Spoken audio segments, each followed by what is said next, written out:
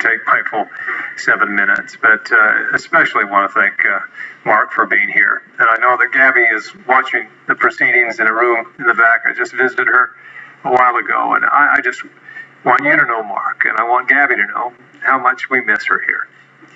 I was on a call this morning with a few dozen ranchers, border ranchers in Arizona, and I was reminded that this is a practice that she began years ago to talk about immigration issues and to keep them up to speed and to seek their input. And I've continued that practice, and I can tell you she offered wonderful representation to the people of Southern Arizona, and she is missed. And I am so grateful to you and to her for the public service that you've offered in the last year under difficult circumstances, and for taking up this new cause. So thank you.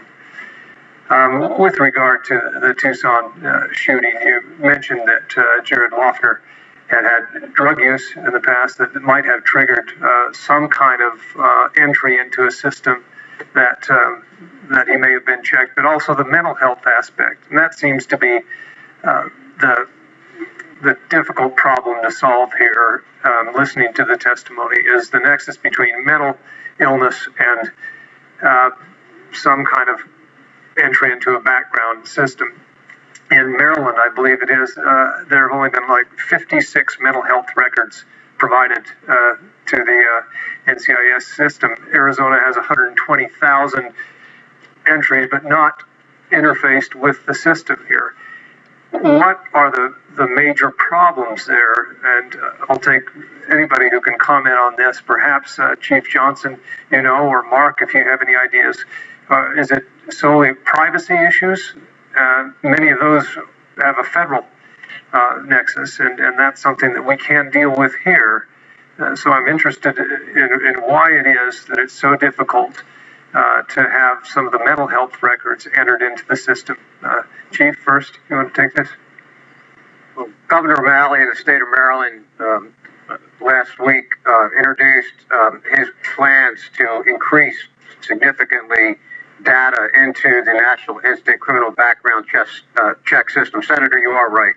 Maryland could do much better in this area, no question about it. Is this an issue with Maryland or any other state? And I'm not trying to pick on Maryland at all. I assume it's similar with every state out there. I just had the figures for Maryland.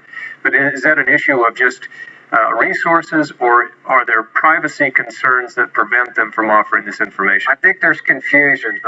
Data that I've seen indicates some 18 states submit less than 100 records to the system. I think there's confusion amongst the medical community and even fear. Well, how does HIPAA affect the release of this information in this data system?